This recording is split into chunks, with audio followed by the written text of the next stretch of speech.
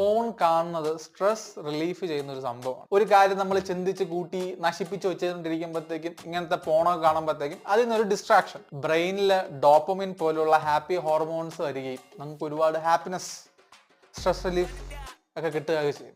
ഇനി അടുത്തതായിട്ട് ഞാനൊക്കെ ഈ സെക്സ്വലി ഇങ്ങനത്തെ എക്സ്പ്ലോർ ചെയ്ത് തുടങ്ങിയത് 6ാം ക്ലാസ്സിൽ വെച്ചിട്ടാണ്. അതുവരെ എങ്ങനെയാണ് കുട്ടി ഉണ്ടാവുന്നതെന്നോ ഒന്നുമുള്ള ഒരു ഐഡിയ എനിക്കില്ല. അന്ന് മൊബൈലൊന്നും വലുതായിട്ട് യൂസ് ചെയ്യാറില്ല. മാത്രമല്ല അന്ന് കീപാഡ് ആണല്ലോ. ഞാൻ കുറച്ച് എൻ്റെ നൊസ്റ്റ് പഠിച്ച് പഴയ കാര്യങ്ങളൊക്കെ ഓർത്ത് ശ്രമിക്കണം. അതുകൊണ്ട് തന്നെ ആ കാലഘട്ടത്തിൽ ഈ പോണോഗ്രാഫി ഒക്കെ പെട്ടെന്ന് ആക്സസ് ചെയ്യാൻ ഭയങ്കര പാടാണ്. ഇപ്പോഴെല്ലാം ടച്ച് പാഡിൽ ജസ്റ്റ് www.